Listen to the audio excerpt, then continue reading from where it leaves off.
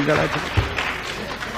মাননীয় প্রধানমন্ত্রী, সম্মানিত সভাপতি ও সুধী দর্শক মণ্ডলী, রসকসবিহীন পড়াশোনার চাপে যখন ক্রমেই চিড়ে চ্যাপ্টা হয়ে যাচ্ছি, তখন মনে হয় ইহার চেয়ে হতেম যদি শিক্ষা বিভাগের প্রধান, তাহলে ব্যবস্থাটা এমন করতাম যাতে প্রতিটি ছাত্রছাত্রী সহাস্যবদনী পড়াশোনাকে গ্রহণ করতে পারে, প্যাঁচার মতো মুখ করে আর কাঁধে এক গাদা বইয়ের বোঝা ঝুলিয়ে যেন কাউকে স্কুলে যেতে না হয়।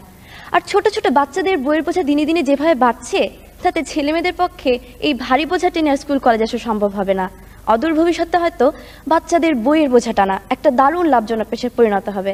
তবে আসার কথা এই যে, কোমল শিশুগুলোর উপর দিয়ে বইয়ের ট্রাক্টর চালিয়ে দিয়ে হলেও এতে দেশের বেকার সমস্যার অন্তত একটা সুরাহা হবে। আবার স্কুলে যখন পরীক্ষার বিজ্ঞপ্তিগুলো মাথায় খড়গের মতো এসে পড়ে, তখন মনে হয় ইহার চেয়ে হতেম যদি কোনো এক করিমন বা রহিমন, তাহলে হয়তো আঘাত থেকে নিজেকে বাঁচাতে পারতাম। কিন্তু এটি তো কোনো স্থায়ী সমাধান নয়, তাই সাধারণ কেউ না হয়ে দেশের শিক্ষামন্ত্রী হওয়াটাই বেশি লাভজনক। এতে আমার দুঃখী শিক্ষার্থী ভাই বোনের দুঃখ মোচনে কিছুটা অন্তত সহায়ক হতে পারতাম। পরীক্ষা নিয়ে আমি বাতিল করতাম না, বরং পরীক্ষাগুলো হতো এমন সহজ ও মজার পদ্ধতিতে যাতে পরীক্ষার নামেই পরীক্ষার্থীদের মুখ বাংলা 5-এর মতো না হয়ে থাকে 3-এর মতো হাসি খুশি। অবশ্য এত দুঃস্বপ্নের পর যখন মনে পড়ে যে আমাদের রয়েছে এমন একটি শিক্ষা ব্যবস্থা যেখানে প্রাথমিক শিক্ষা বাধ্যতামূলক, যেখানে রয়েছে খাদ্যের বিনিময় শিক্ষা কর্মসূচি, তখন সত্যি গর্ববোধ করি। শিক্ষা ব্যবস্থা থেকে এবার আসা যাক আমাদের আশেপাশের অবস্থায়। বাসা থেকে বের হয়ে যখন দর্শন করতে হয় ডাস্টবিনের নোংরা আবর্জনা, তখন মনে হয় ইহার চেয়ে হতেম যদি পৌরসভার চেয়ারম্যান, তাহলে অলিতে গলিতে ডাস্টবিনের যে মনোরম পরিবেশে সুগন্ধ বিরাজমান, তা থেকে পরিত্রাণ দেওয়ার চেষ্টা করতাম আমাদের দেশবাসীকে। আমাদের শহরে নির্দিষ্ট দূরত্বে কোনো ডাস্টবিন তো নেই, আর যেগুলো আছে সেগুলোর ভেতরে কোনোদিন ময়লা ফেলা হয় কিনা তা দেখার সৌভাগ্য আমার কখনোই হয়নি, কারণ ডাস্টবিনের 4-5 ফুট দূরের দৃশ্য দেখেই আরও 4-5 ফুট দূরে দিয়ে হেঁটে যেতে হয়েছে। এখানেই শেষ নয়, আরও আছে। মনে করুন রিক্সা অথবা যে কোনো যানবাহনে সুন্দর পোশাক পরে বসে আছি, মনে মনে কত কি ভাবছি, হঠাৎ ভাবনার শিশুতে ছিন্ন করে চারিদিক থেকে ভেসে আসে এক মোহময় গন্ধ। পাশে তাকিয়ে দেখি একেবারে পাশ ঘেঁষেই দাঁড়িয়ে আছে একখানা ময়লার গাড়ি। তখন মাথা থেকে শিক্ষামন্ত্রী বা পৌরসভার চেয়ারম্যান হওয়ার চিন্তা ঝরে গিয়ে মনে হয় ইহার চেয়ে হতেম যদি কোনো এক ঘ্রাণ শক্তিবিহীন প্রাণী, তবেই বোধহয় ভালো হতো। ধন্যবাদ। মাননীয় সভাপতি, বর্ষা হাতে ভরসা পায়ে সদাই নিরুদ্দেশ হওয়ার চেষ্টা করলে আইন রক্ষাকারী সংস্থার খপ্পরে পড়ার সম্ভাবনাই বেশি।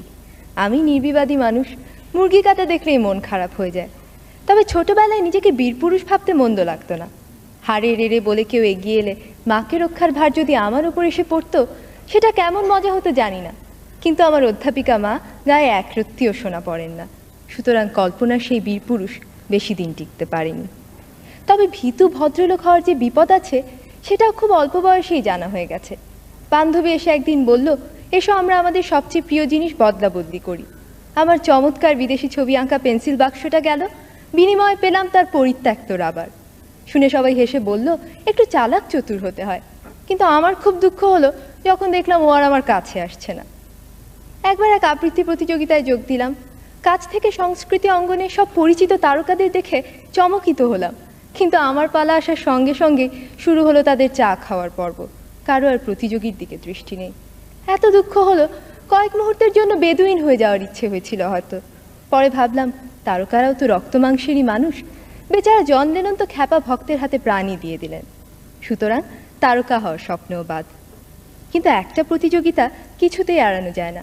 অনেক খাটুনির পরও পরীক্ষার হলে বসে মনে হচ্ছিল বড় নড়বড়ে পরীক্ষার্থীর আসনটা, যে কোনো অপ্রত্যাশিত ব্যাপারই ঘটে যেতে পারে। হলেও তাই, কম্পিউটারের কুয়াশায় হারিয়ে গেলাম। আমার বাবা তার খেয়ালি কম্পিউটারকে কষে চড় মেরে ঠিক রাস্তায় নিয়ে আসেন। আমি কিন্তু যন্ত্রটাকে ভীষণ সমীহ করি। পারস্যের শাহজাদিকে উদ্ধার করতে গিয়ে বারবার নিহত হয়েও আমি কখনো কম্পিউটারের সাথে খারাপ ব্যবহার করি না। I still believe in the system. ছোট পর্দার নেপথ্য বিচারপতি বা সমতা বিধানকারী কি অবলীলাক্রমে 50 মিনিটে অন্যায়কে ল্যাং মেরে ফেলে দেন। কিন্তু বাস্তবে যেখানে ভালো মন্দের সীমানা অস্পষ্ট, সেখানে সবাই নিজেকে অভ্রান্ত ভেবে যদি নিয়ম ভাঙার খেলা শুরু করে, তাহলে মাঠ ছেড়ে ঊর্ধ্বশ্বাসে পালাবে বেচারা দর্শক। ইহার চেয়ে হতেম যদি না, আমি তো ভালোই আছি একটা ভীতু সাধারণ মেয়ে হিসেবে। আমার মধ্যে কোনো দুরন্ত আশা নেই, ন্যায়দণ্ডধারী মহাবীর বা চতুর্মুখর মেধাবী মুখ হওয়ার উচ্চাকাঙ্ক্ষা নেই। একজন সৎ, পরিশ্রমী, বিবেকবান মানুষ হতে পারলেই আমি খুশি। ছেড়ে দিয়ে আমি জিতে যেতে চাই। ধন্যবাদ।